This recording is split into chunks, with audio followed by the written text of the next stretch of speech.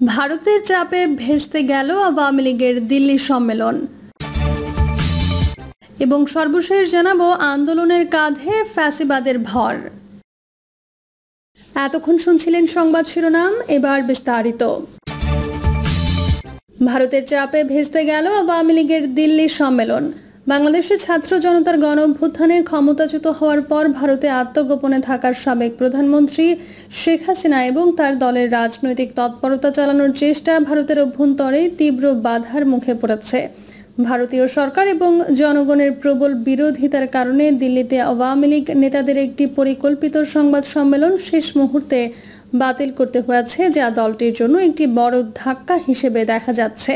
বুধবার সন্ধ্যায় দিল্লির একটি হোটেলে বাংলাদেশ হিউম্যান রাইটস ওয়াচ নামে একটি কথিত মানবাধিকার সংগঠনের ব্যানারে এই সংবাদ সম্মেলনের আয়োজন করা হয়।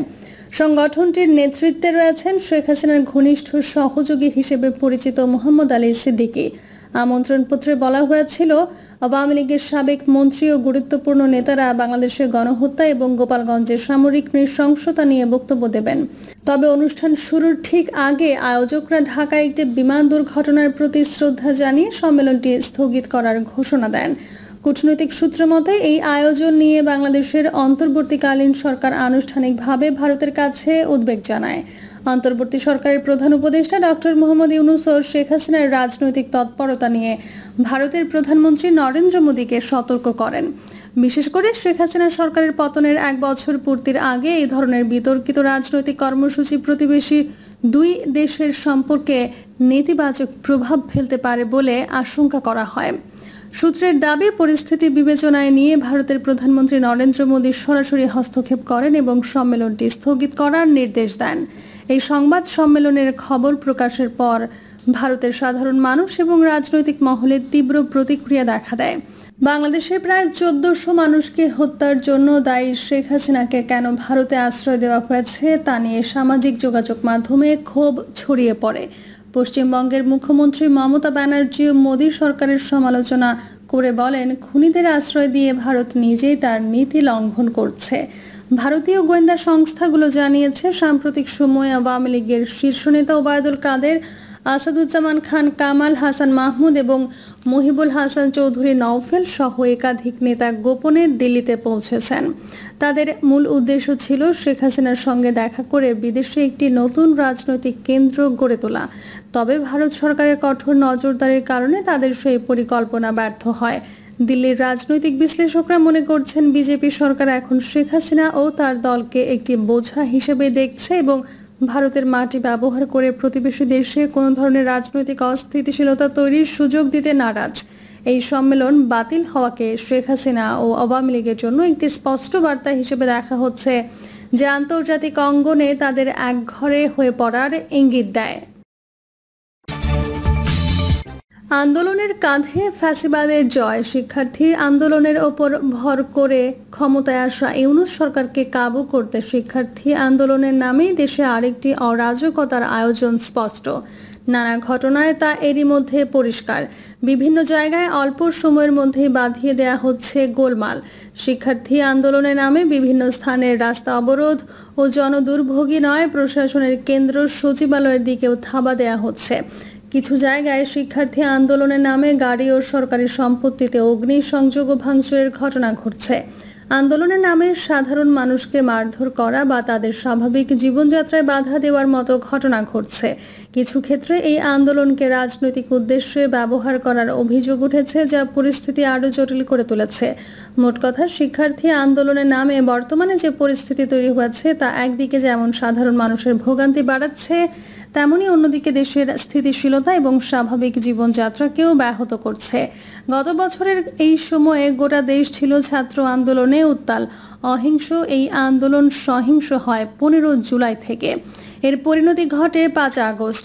দিনটিতে পদত্যাগ করে দেশ ছেড়ে পালান শেখ হাসিনা। সেনাপ্রধান জেনারেল ওয়াকারুজ্জামান হাসিনার চলে যাওয়ার ঘোষণা দেন। গণভবন, সংসদ ভবনে ঢুকে পড়ে অসংখ্য মানুষ। ধানমন্ডির 32 নম্বরে মুজিবের ভবনে আগুন, আওয়ামী লীগের ধানমন্ডি কার্যালয়ে আগুন দেয়া হয়।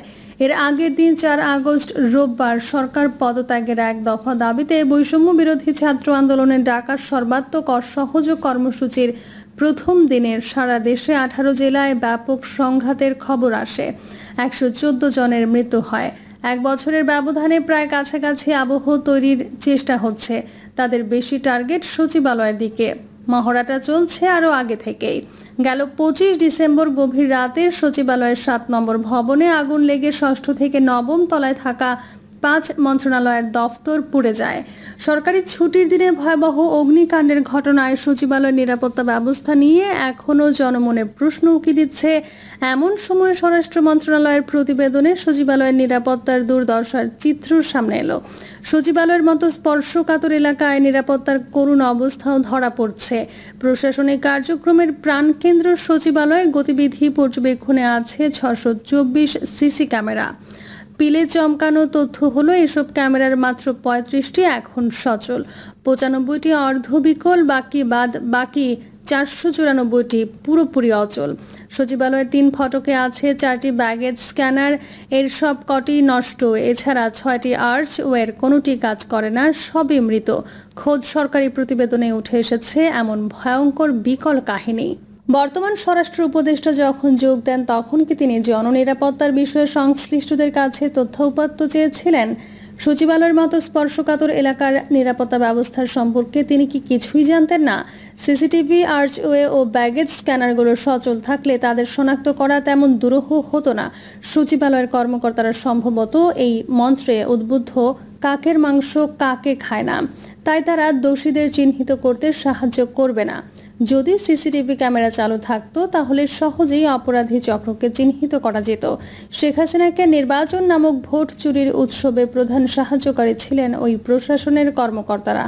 শীর্ষ থেকে উপজেলা পর্যন্ত প্রত্যেক আমরা বিগত সরকারের লুটপাটের সহযোগী বেনিফিশিয়ারি। তারা এখনও শেখ হাসিনার কল্যাণকামী। তাদের অপেক্ষা কিছু একটা অঘটনের। আর সাধারণ শিক্ষার্থী ক্রিয়াশীলদের পরিচয়ও এরই মধ্যে পরিষ্কার। বিমান বাহিনীর প্রশিক্ষণ বিমান দুর্ঘটনায় উত্তরার মাইলস্টোন স্কুল অ্যান্ড কলেজে 30-এর অধিক শিক্ষার্থীর মৃত্যু এবং শতাধিক আহত, অগ্নিদগ্ধ হওয়ার দুর্যোগ এখন সুযোগ এনে দিয়েছে তাদের। সাধারণ শিক্ষার্থীদের আবেগকে কাজে লাগিয়ে ঘৃণ্য খেলার হাতিয়ার করা হয়েছে তাদের। সম্প্রতি মাইলস্টোন কলেজের দুর্ঘটনাস্থল পরিদর্শনে গেলে শিক্ষা সচিব সিআর আবরার, আইন উপদেষ্টা আসিফ নজরুল এবং প্রধান উপদেষ্টার প্রেস সচিব শফিকুল আলমকে দিনভর অবরুদ্ধ করে রাখে শিক্ষার্থীরা। বিমান দুর্ঘটনায় নিহতদের তথ্য গোপনের অভিযোগ, প্রকৃত সংখ্যা তুলে ধরার দাবি, শিক্ষা সচিব ও শিক্ষা উপদেষ্টার পদত্যাগ, সবার সুচিকিৎসা নিশ্চিতকরণ সহ 6 দফা দাবিতে মাইলস্টোন কলেজের শিক্ষার্থীরা ক্যাম্পাসের বাইরে অবস্থান কর্মসূচির ঘোষণা দেয়। সরকারের পক্ষ থেকে 6 দফা দাবির যৌক্তিকতা মেনে নিয়ে তা বাস্তবায়নের আশ্বাস দেওয়ার পরে তারা সরকারকে দুর্বল ভাবতে শুরু করে। বহিরাগত, বিশেষ করে নিষিদ্ধ ঘোষিত ছাত্রলীগের নেতাকর্মীরা ভিড়ে যায় এই স্রোতে। মাইলস্টোন দুর্ঘটনাকে পুঁজি করে তারা দেশের বিভিন্ন স্থানে এবং প্রশাসনের প্রাণ কেন্দ্র সচিবালয়ে অবরোধ সহ ধ্বংসাত্মক তাণ্ডবে মেতে ওঠে। শিক্ষা সচিবকে প্রত্যাহারের পর তারা আরও আশা দেখতে থাকে। গেট ভেঙে সচিবালয়ে ঢুকে পড়ে। সচিবালয়ের ভেতরে সমানে গাড়ি ভাঙচুর করে। গণমাধ্যমে প্রকাশিত ছবি ও ভিডিও ফুটেজে ছাত্রদের মধ্যে নিষিদ্ধ ছাত্রলীগ নেতাকর্মীদের ছবি ধরা পড়ে। মাইলস্টোন কলেজে নিহতদের লাশ গুম করার গুজব সামাজিক যোগাযোগ মাধ্যমে ছড়িয়ে পরিকল্পিতভাবে সাধারণ শিক্ষার্থী ও অভিভাবকদের সংক্ষুব্ধ করে ছাত্রলীগ নেতাকর্মীরা নেপথ্যে নেতৃত্ব দিয়ে সচিবালয়, মাইলস্টোন কলেজ ক্যাম্পাস সহ বিভিন্ন স্থানে সরকার বিরোধী বিক্ষোভ গড়ে তোলে। জুলাই অভ্যুত্থান পরবর্তী অস্থিতিশীল সময়ে ছাত্রলীগ সহ পতিত সরকারের দোসররা দেশকে অস্থিতিশীল করে ফায়দা লোটার নানাবিধ অপচেষ্টা চালিয়েছে। টার্গেট ছিল আরও অনেক কিছু করার, শেষ পর্যন্ত তা পারেনি। এর আগে গত বছর সেপ্টেম্বরে আনসারদের সংগঠিত করে সচিবালয় দখলেরও চেষ্টা করেছে। তখন আইন শৃঙ্খলা বাহিনীতে অচলাবস্থা থাকলেও ছাত্র জনতার ঐক্যবদ্ধ প্রতিরোধে তাদের একটি অপতৎপরতা ব্যর্থ হয়েছে।